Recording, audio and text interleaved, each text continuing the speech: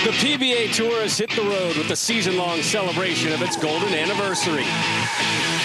Throughout its 50 years of history, viewers have been entertained by the feats of bowling's best. Last week at the PBA World Championship, Norm Duke became the first player in history to capture 3 consecutive major championships. Today, the tour stops in the heartland, Omaha, Nebraska. Who's next to rewrite history? The Lumber Liquidators PBA Tour starts now. Shoot that all the time, you know.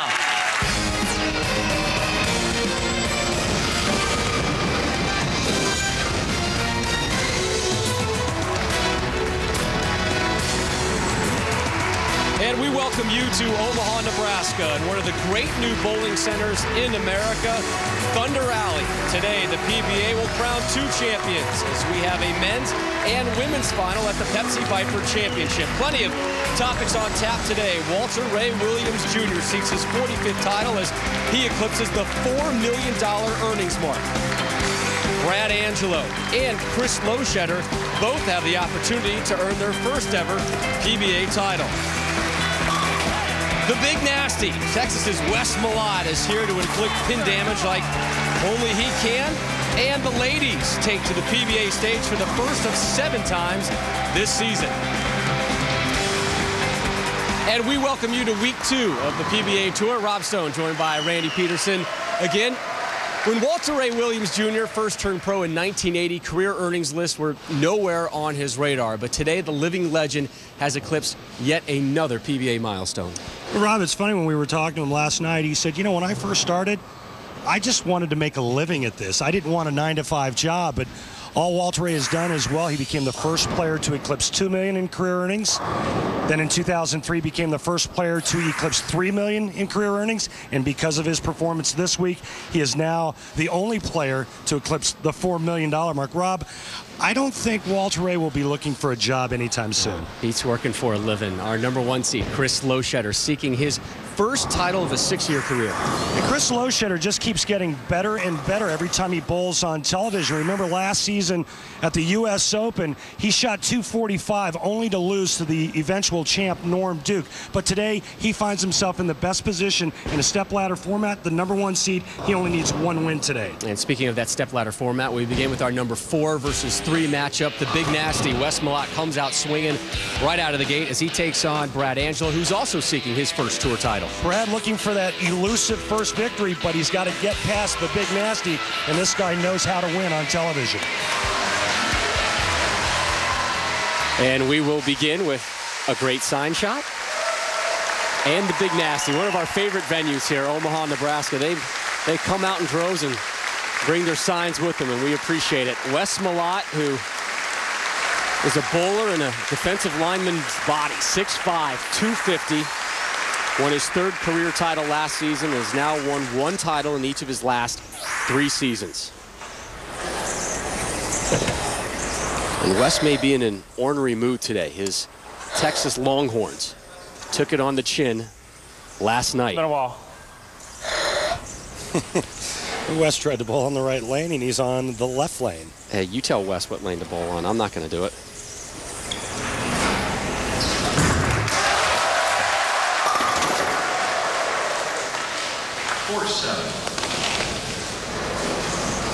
Leaves the 4-7.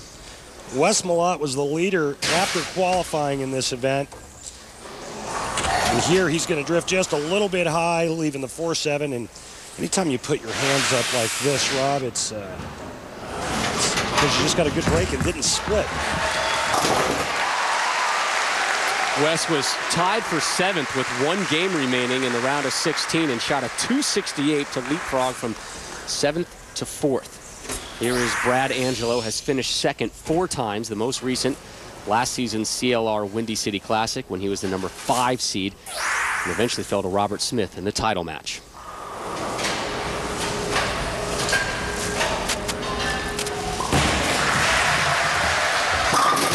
First strike of the afternoon. Angelo drops all 10 as we take a look at our tournament format. Field of 136 has been whittled down to 4. 14 games of qualifying. They cut to the top 32 for 9 games of match play, and then that field was then reduced to the top 16 for another 9 games of match play. Brad Angelo, again, looking for his first career victory. Brooklyn it, yeah! You need breaks like that to win those titles, Randy. Yeah, luck never hurt anybody. And you know, Brad's been on the short end of the break stick, if you will, and right here he goes through the nose, and this is just a huge break, especially when you're working on a strike. And he's got a little smirk as he sits in the chair as well. Here's Malott, steps up, working on a spare. Woof.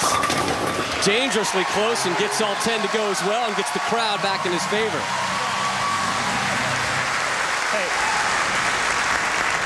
And this shot could have been 0 real easy. That was very close to the outside edge of the lane. And as you mentioned earlier, he defeated Bill O'Neill in position round to leapfrog from 7th to make the telecast. Pretty soon I won't need to do this one. He didn't think he had a chance till about halfway through that match, Randy, when some of the guys started coming over and telling him, you know, some folks are struggling over there. Hang in there. And he thought he would be home today celebrating his son's Jordan's baseball party. The Gators, family, they kind of worked around Wes's schedule for the big baseball party, and Wes can't make it, and you could hear the pain in his voice when he told me about that one. So, Gators, hope you're having a good party.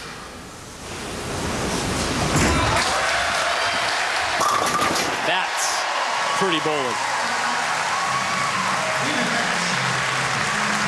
Yeah, real good stuff by the Big Nasty. Remember, he went high, just a pinch high the last time on that left lane, and that one was dead flush perfect. Brad Angelo looking to open up with a 3-bagger. Here's how he qualified.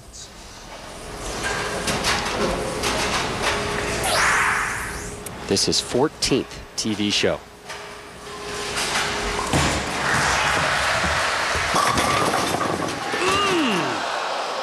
For a split second, he was staring at a 7-10.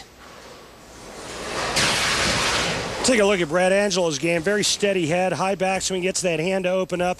And notice very little, if any, slide once he gets to the foul line. Very steady, great athletic position when he gets there, and almost pays the price for that last break he got. Takes care of the 10, his first spare of the afternoon.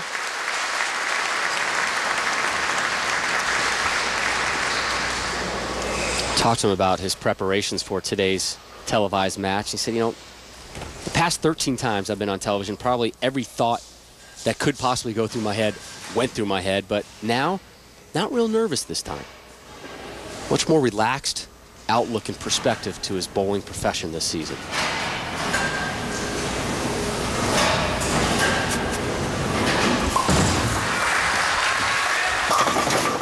Gets him.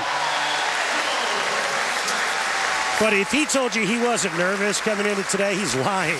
Because there's no way I'm buying that.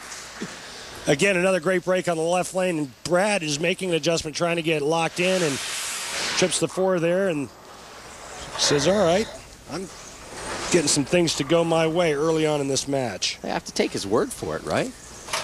I know these guys. Trust me, he was lying to you. Here's Malott looking for 3 in a row.